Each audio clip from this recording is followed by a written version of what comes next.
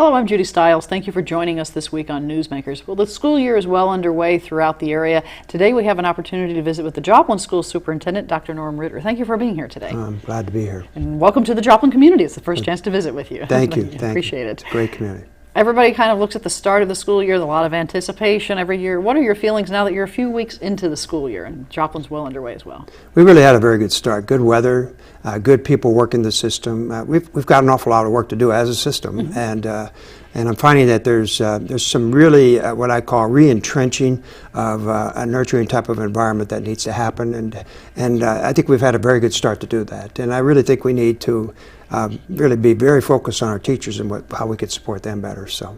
And you came on board in July, so you've been at the helm. That's right. Since July. First couple months on the job, what has been your main goal? A new job, there's kind of a learning curve. Yeah, basically it's to listen. To be honest with you, I've been married 43 years. I've learned how to listen very well. Okay, and so anyway, the core to that, of course, is to really understand before you're understood. And so really to be critical, you really can't do that anymore. You really have to listen, find out what the community wants for its kids, find out what the teachers are feeling they need as far as support, and really find out what the level of engagement and learning that's going on. And then once we can find that, it's going to take some time. Once we find out what that is, I think to get a really sharp focus for the community is going to be an exciting thing. So a lot of things as you plan towards the future. That's right, that's right. Well, before we talk about the future, let's talk about the past, your background. You've been in education for, what, more than 40 years? I have. I've been in education for 43 years, and I've experienced really all kinds of venues as far as education, from the Catholic schools, as a teacher, principal, superintendent of Catholic schools in the Archdiocese of Denver, as well as running and working the at-risk program for the flag. It's really a flagship. They have about 18 different satellites throughout the country, and been able to do that. Put together really a nice classroom management model, administrative management model, parent training model, and then also worked the public schools in the Colorado region, worked the public schools up in Nebraska, as well as here in Missouri, and different venues in Missouri, Springfield, right. District of about 25,000, then to Malville.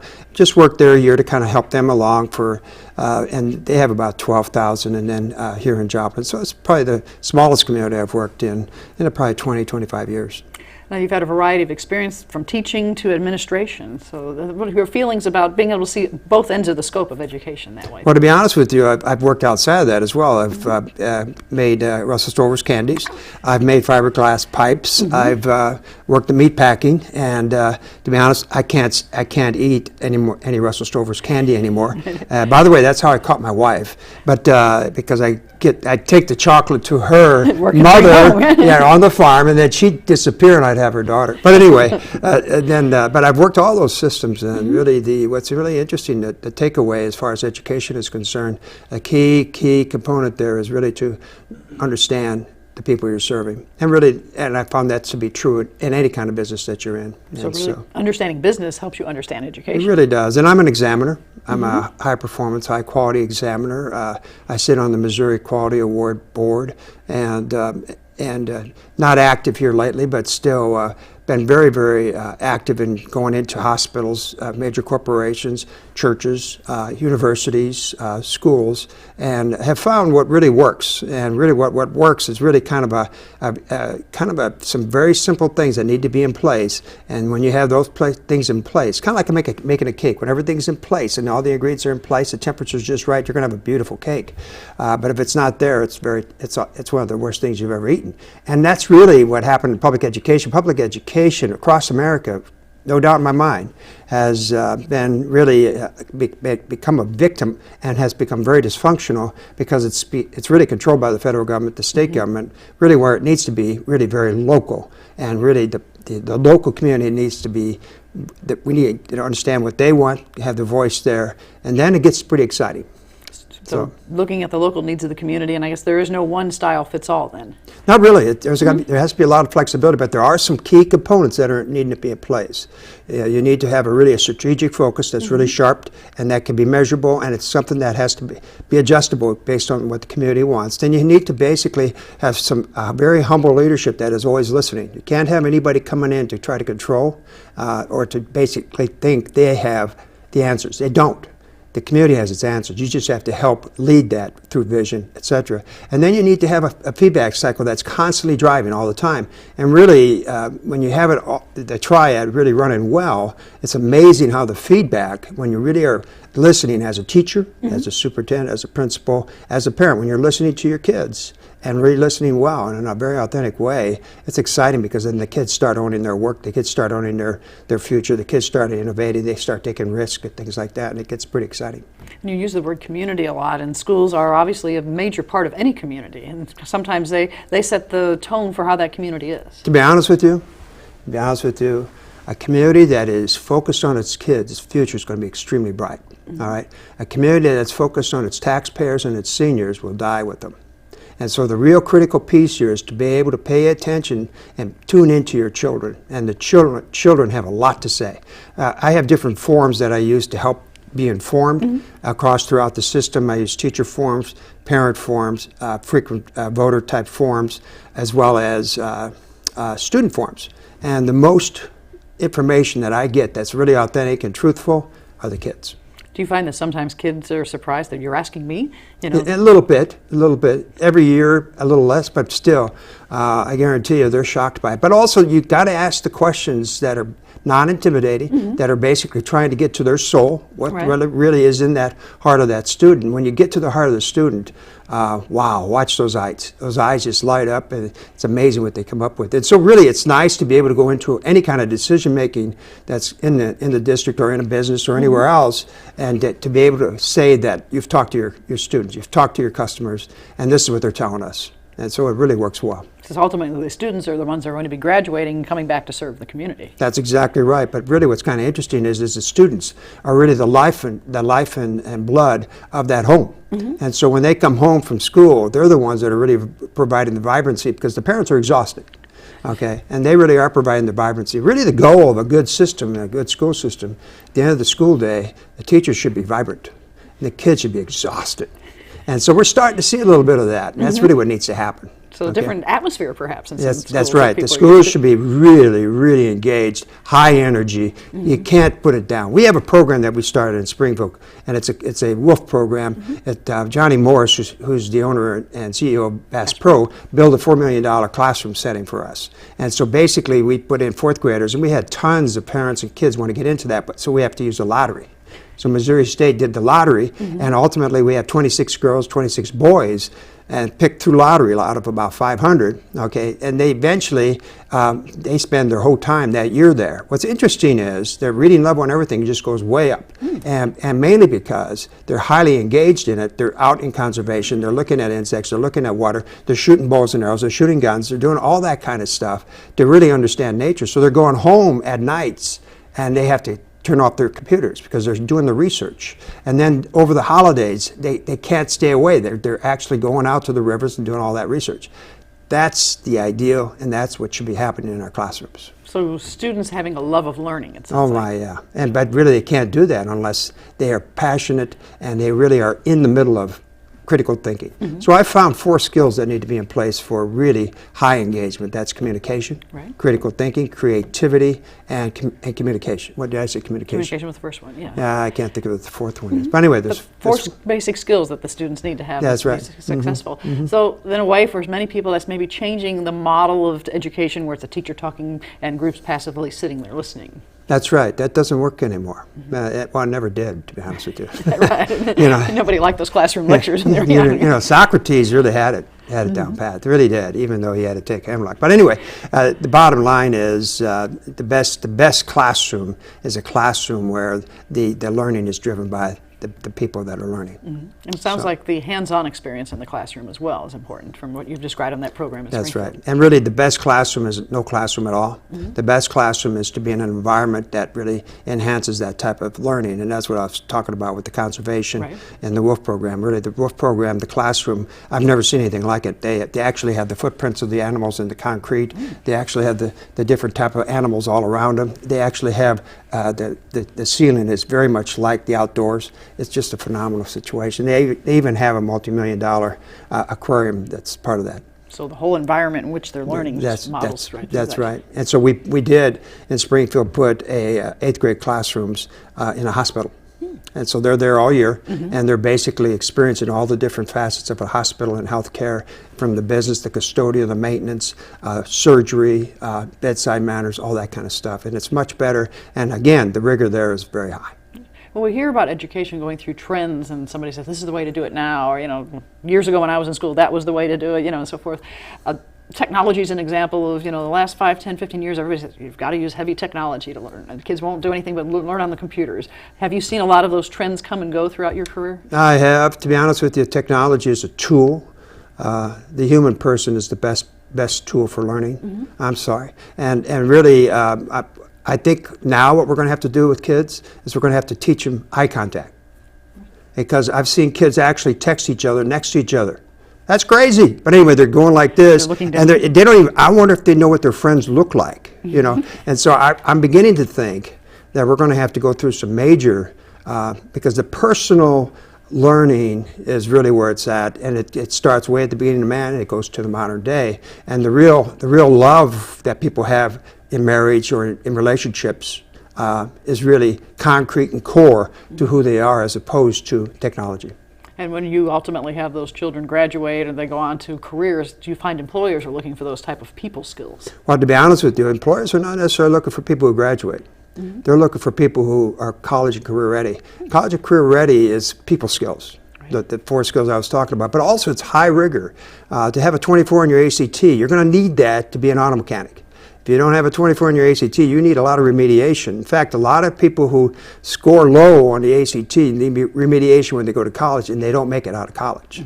Okay, and that's all due to the fact that we didn't take care of them, didn't have high rigor around teaching of learning in early childhood and kindergarten. And really, we really need to have kids at grade level in reading by the end of third grade, because if they are not, it's almost impossible to catch up. You kind of slip behind. That's right. So the concentration and the intensity around that, because there you have the parents too, because parents start to disengage with kids after 3rd grade.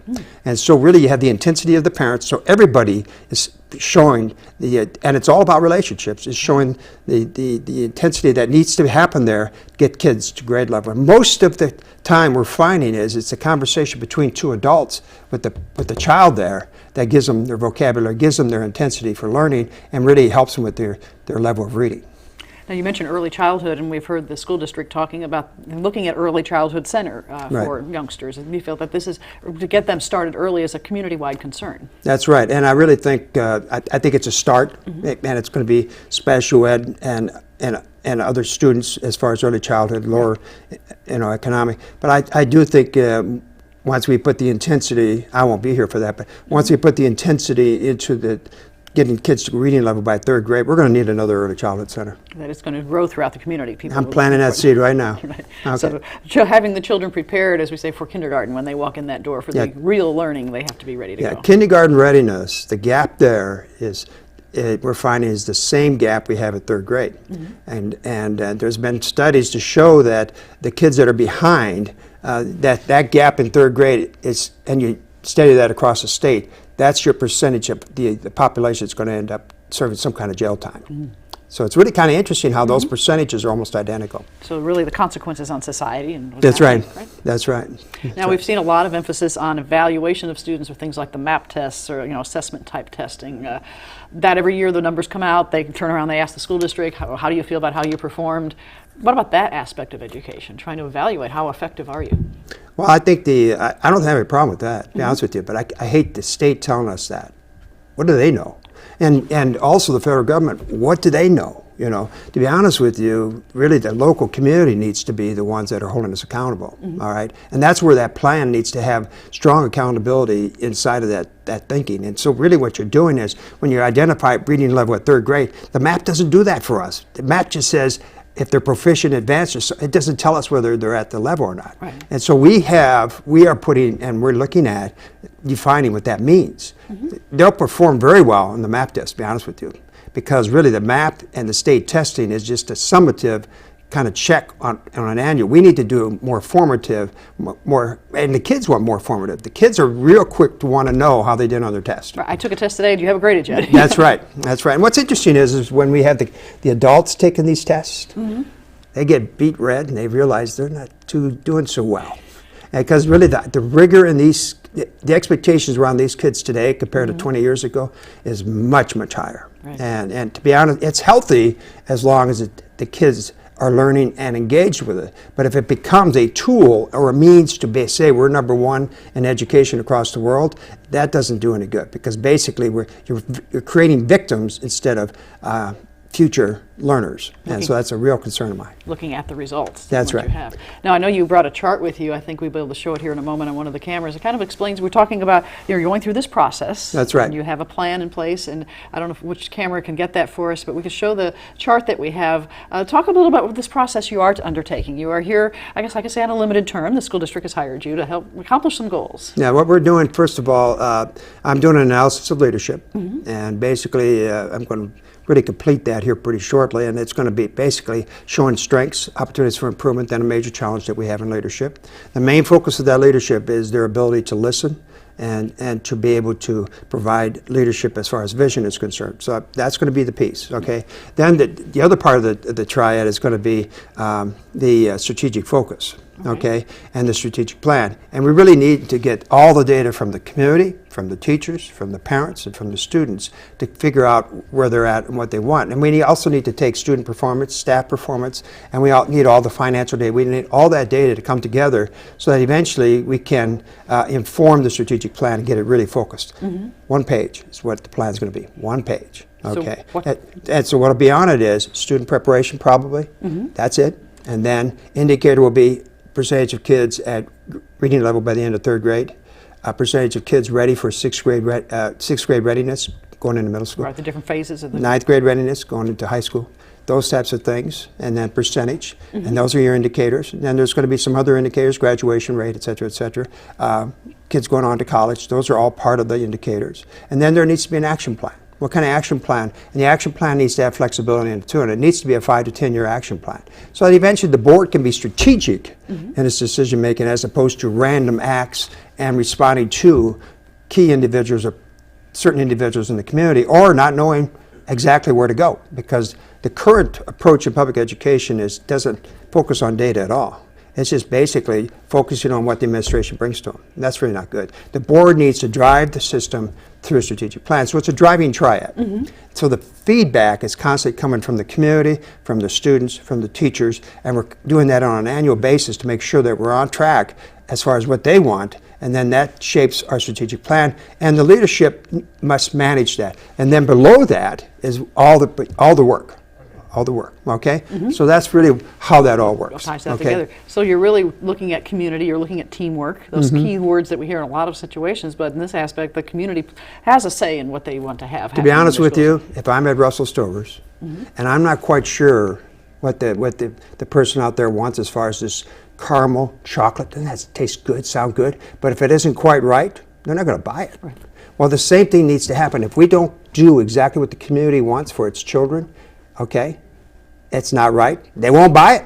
And then ultimately, when you have a system that is even slightly dysfunctional, it's a system of fear, blame, and victimization. And when you have fear, blame, and victimization, that's the worst thing you can do for kids, is to have a system full of that stuff.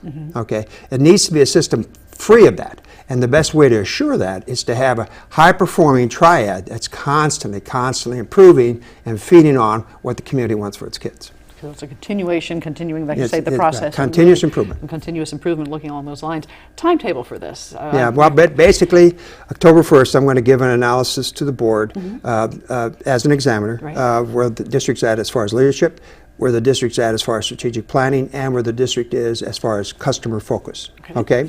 Those are the 3. And then December 1st, we're going to be bringing all the data to the board. That includes student performance, staff performance, systems performance, as well as, and then the financial performance as well. And then we will also be bringing all the data that's coming from the community, from the parents, students, and teachers. And as that data comes forward, the board's going to get that information, and then we, working with the board, but more independently of the board, we will be putting together that 1-page strategic plan, and it's going to be pretty clear where the community needs to go.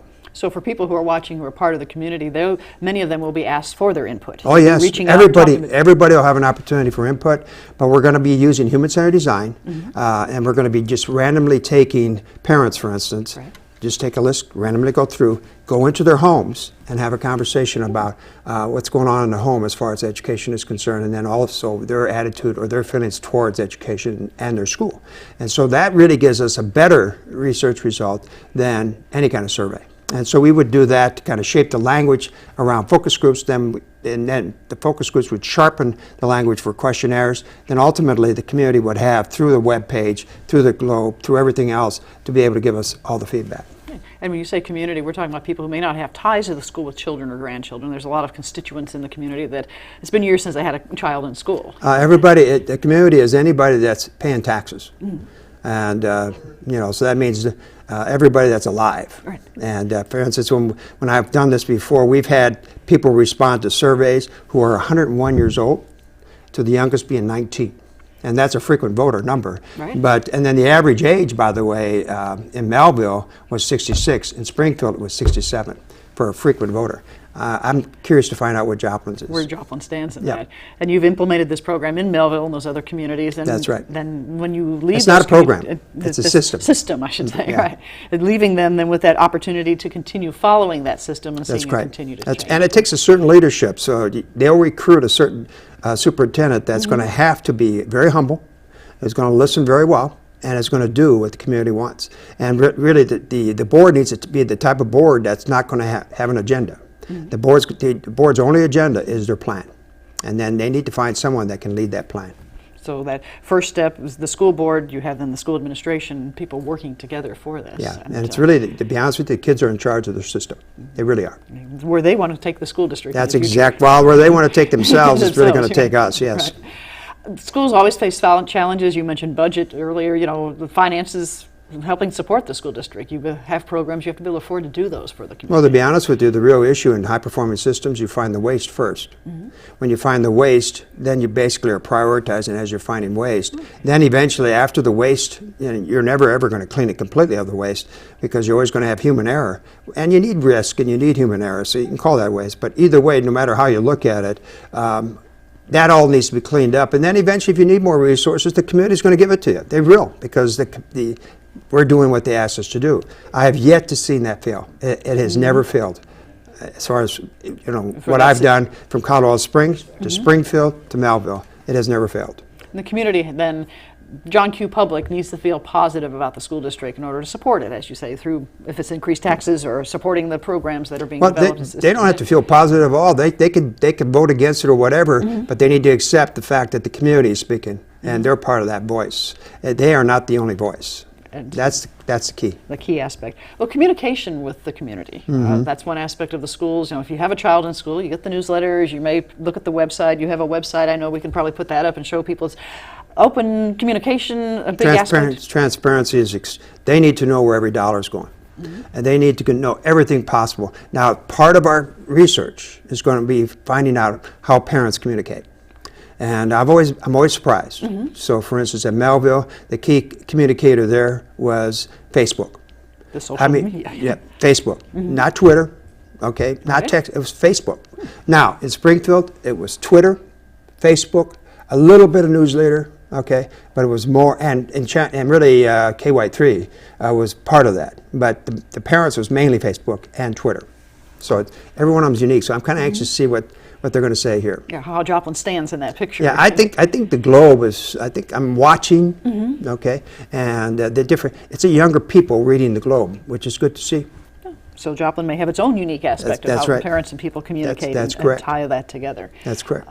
And ultimately, when it comes to what the children are being taught in the classroom, you mentioned teachers, the importance of supporting the teachers. That's correct. Students coming out of schools of education as teachers today are different than they were 20 years ago, 10 years ago, even 5 years ago, the challenges they're facing. Well, to be honest with you, the challenges are quite different, but the real issue that we're finding as far as teacher support when we do the research around teacher support, and we're going to find that here, I believe as well, that the teachers are more excited about getting support, actually getting more people to help in the classroom, to get more support as far as being able to get more tools in their toolbox, more support as far as student behavior, all those types of things. They'd rather that than an increase in salary.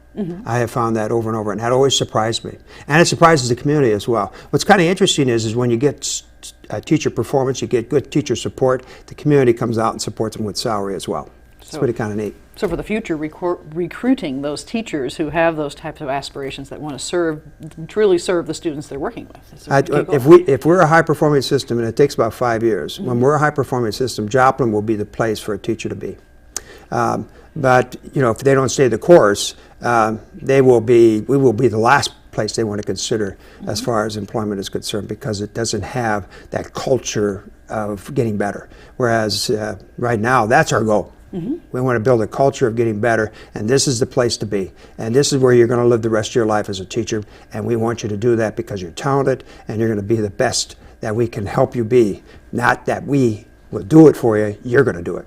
Teachers who are willing to work and put in that effort. That's right. Tying that together. That's right. I've yet to find a teacher that doesn't want to do that. It's just that basically the culture has gotten in the way and killed them.